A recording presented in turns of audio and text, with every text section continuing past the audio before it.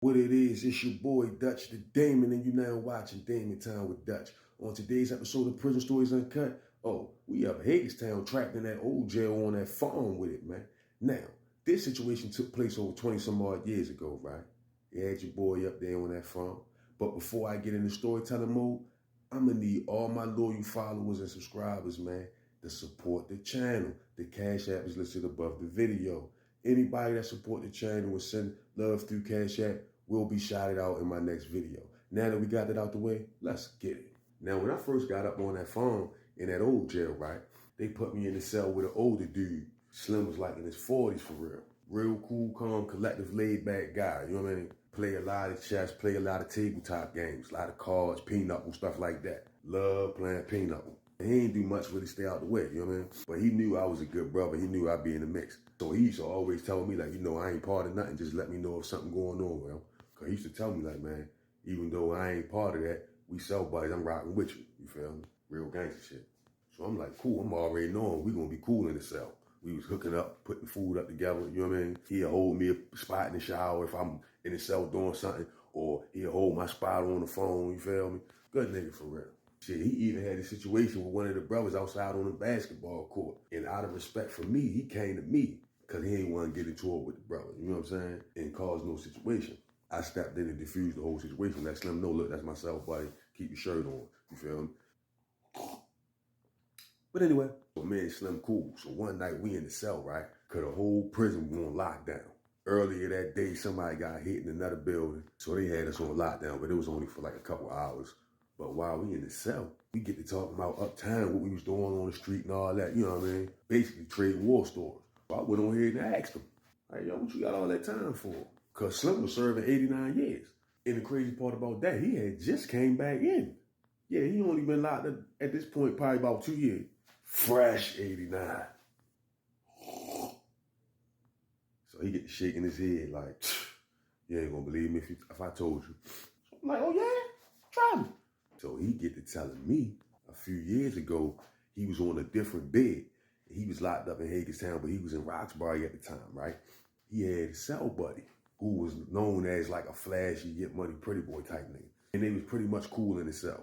He said he knew his cell buddy from the street. That's the whole reason he put him in the cell with him in the first place. Long story short, he get to telling me like he had got some mail on this one particular day, right? His girl sent him some pictures. So you know how it is in the joint. When you get your pictures, you show yourself like, hey, boy, look.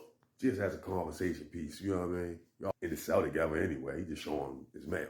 This is commonly done in prison, but I'm about to show you why you shouldn't do that. So he said he noticed all the break how excited his cell buddy got when he showed him pictures of his girl. He said, as soon as he showed it to him, he like, eyes big as golf balls, right? But he ain't think nothing of it. He ain't taking no type away because it's locked up. We ain't really been seeing no girl like that. So, that's common.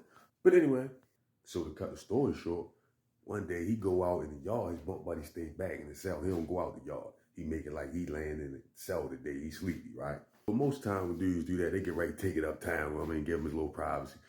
Slim went outside to the yard, right? But his bunk buddy was so obsessed with what he saw on that picture. While he out in the yard, he goes through his mail, write down his girl address. That's why they say in the joint you're supposed to rip the address off your envelope. Always remember to do that and flush it down the toilet. Keep your addresses up here. But yeah, he went in his mail, wrote down the man girl address, swiped one of the pictures out of his stack of pictures. Cause she sent him like 20-something pictures. He swiped one of the pictures of this man girl.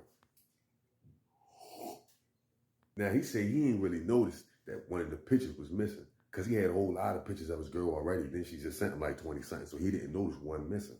So he said he come back in the yard. He don't even know nothing happened. You know what I mean? He don't know that this man that's went in this mail and wrote down this girl address and all that, stole one of the pictures and everything, right? He blind to the fact. So like a month later, his bunk buddy goes home. He go uptown, hit the bricks. So now Slim on the street, he ain't got no cell buddy right no more. He waiting for somebody to come out diagnostics, right? Single cell status for a couple days.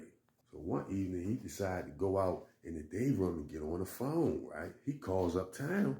The first 2 times he called uptown, he ain't get no answer. Now, his girl normally answer the phone every day around this time. That's what they do. They sit on the phone, you feel me? But on this particular day, she ain't answered the phone. He had to call 3 times to get her to answer the phone, right?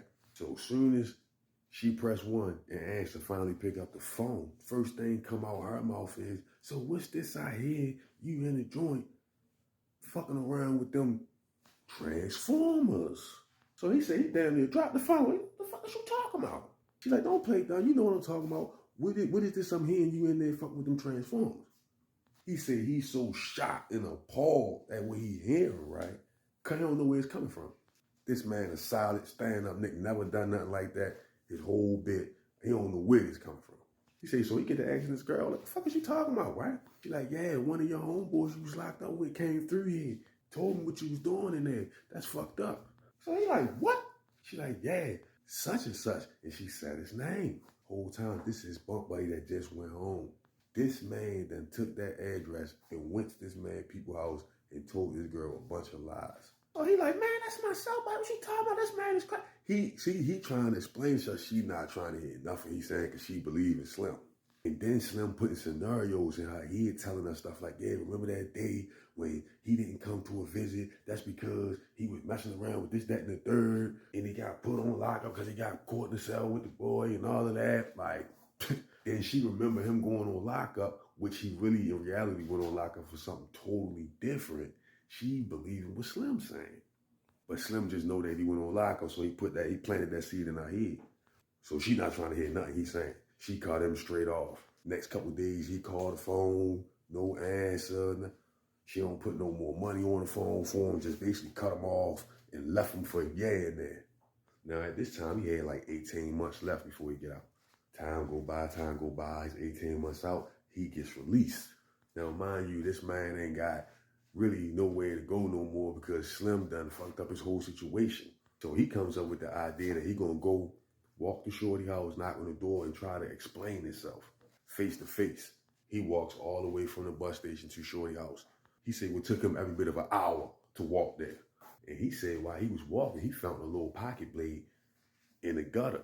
Picked that up, walking with that. Little rusty little pocket blade. But anyway, when he get to Shorty house, he knocked on the door. When he knocked on the door, he said he see somebody looking out the blinds in the window. But he couldn't really make out who it was. He just seen somebody look out the blind real quick. But ain't nobody come to the door, so he kept knocking on the door because he knew somebody was in there. Finally, the door opened up. When the door opened up, his cell buddy opened the door. Aggressive. Talking about you ain't welcome here. He the man at this house now. That's his woman now. I told her everything about you. She know about you. Get off our porch. He said he just lost it. Because for one, he didn't even know she was dealing with him. The man was living in the house that he used to live in. Sleeping in the bed he used to sleep in. Painting walls he used to paint. Yeah. But anyway, man say he lost it, man. Went crazy with that motherfucking blick.